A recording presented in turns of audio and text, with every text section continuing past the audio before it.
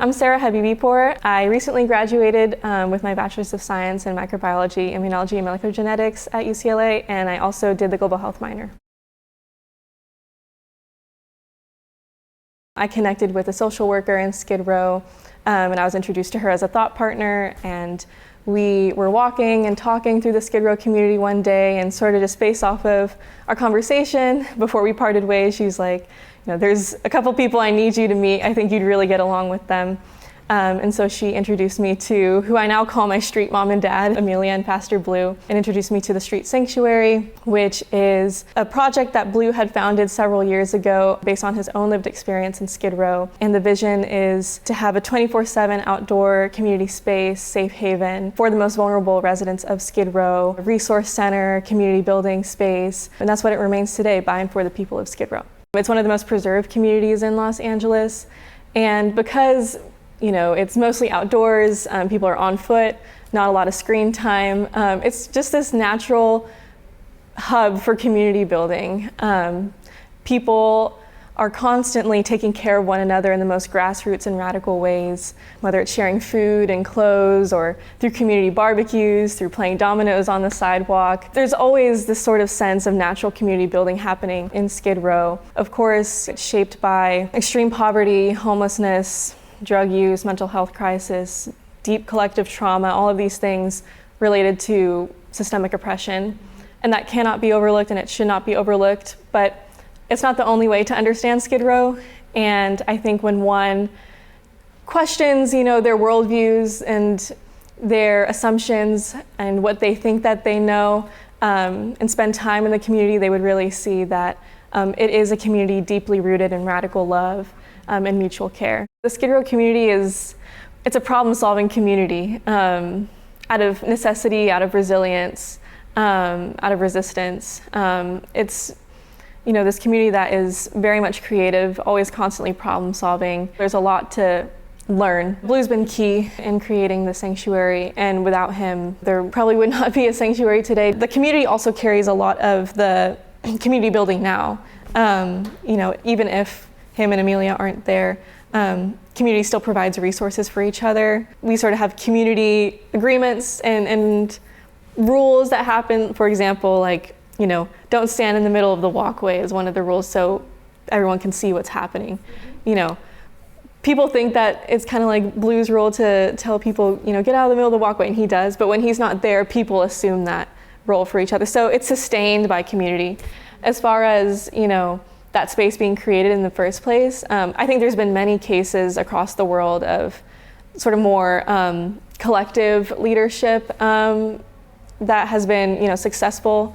But in this case, Blue has been a key community builder.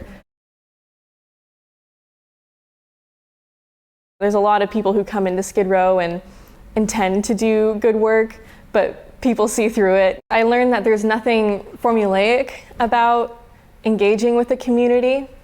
I couldn't have planned my encounter with the sanctuary or with Amelia and Blue if I even had wanted to, and I think part of the beauty for me was the serendipity of it in a way. In academic spaces and universities, as students, we're often rewarded for being innovation-minded and coming up with solutions and designing solutions, and that certainly has value.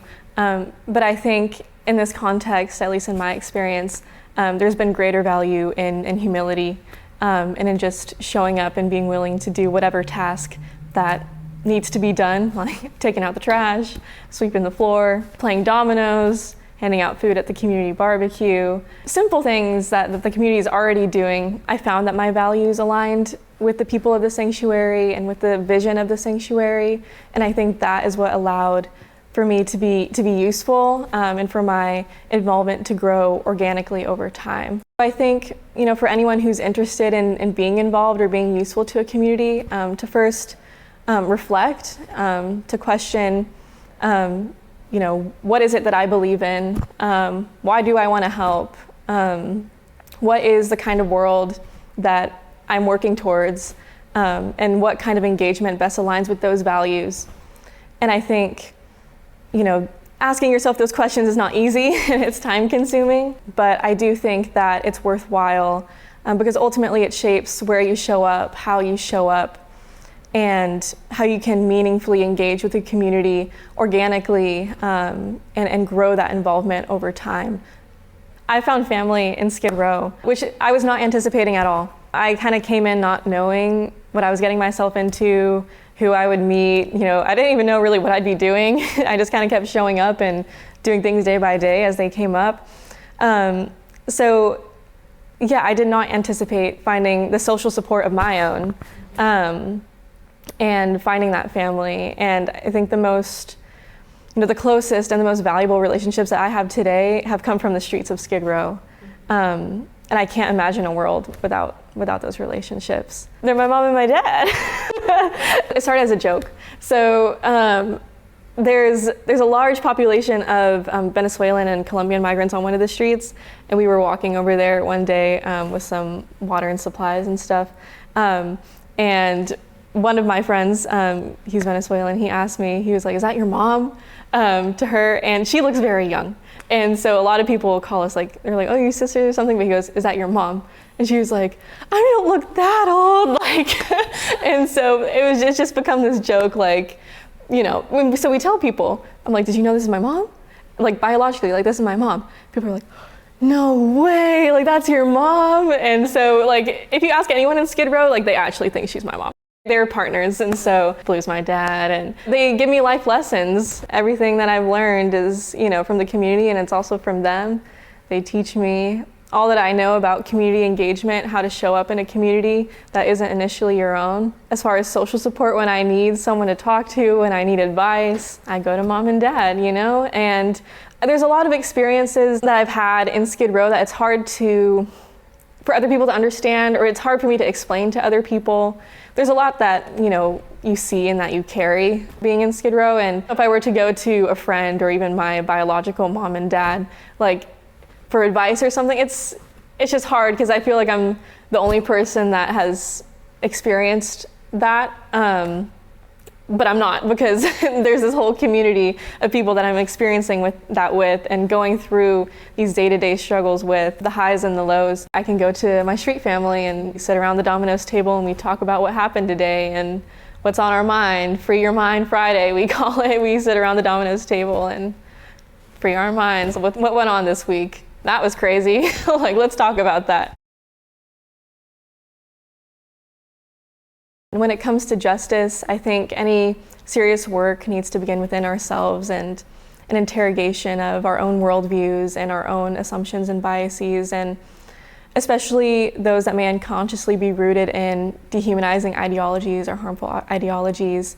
Especially when we have good intentions or we think we're doing something good. I think that is one of the key points of internal interrogation when it comes to doing, social justice work. I'm a big journaler, yeah. And that's something I've shared with some people in the Skid Row community, handing out journals and stuff. A lot happens in Skid Row, and so I have a journal just for yes. Skid Row stuff.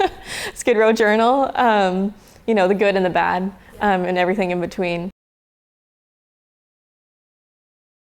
I was accepted to medical school on the East Coast in New York. There were still projects that I was becoming involved with here, particularly looking at international solidarity and things like this that I had been a part of, that I wanted to continue to be a part of.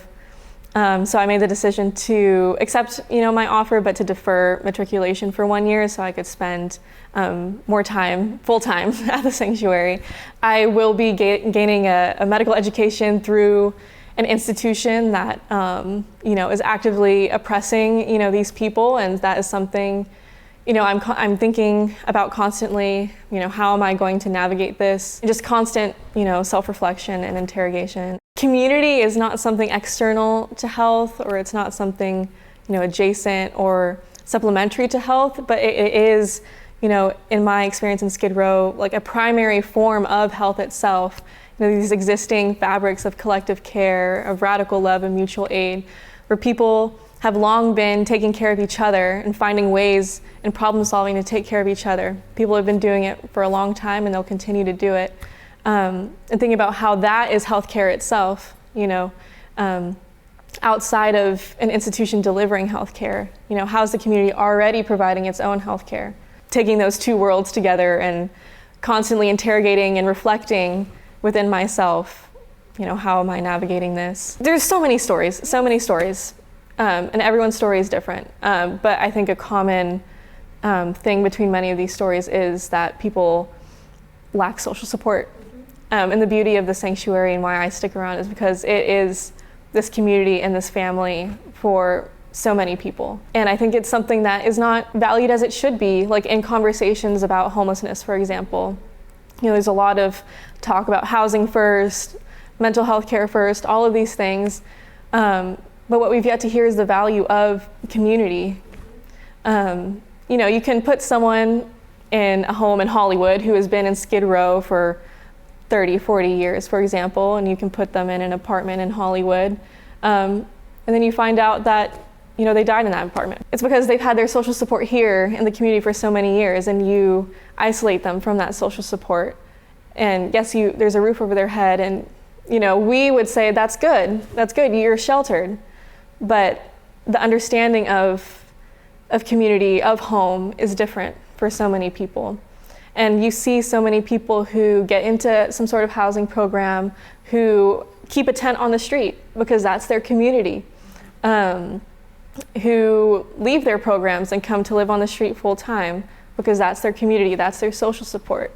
So I think that's something that is largely missing in healthcare conversations. That is a perspective that I hope to bring in as a physician in whatever spaces that I end up in the future. Just the value of community, and it's not abstract, it's life-saving.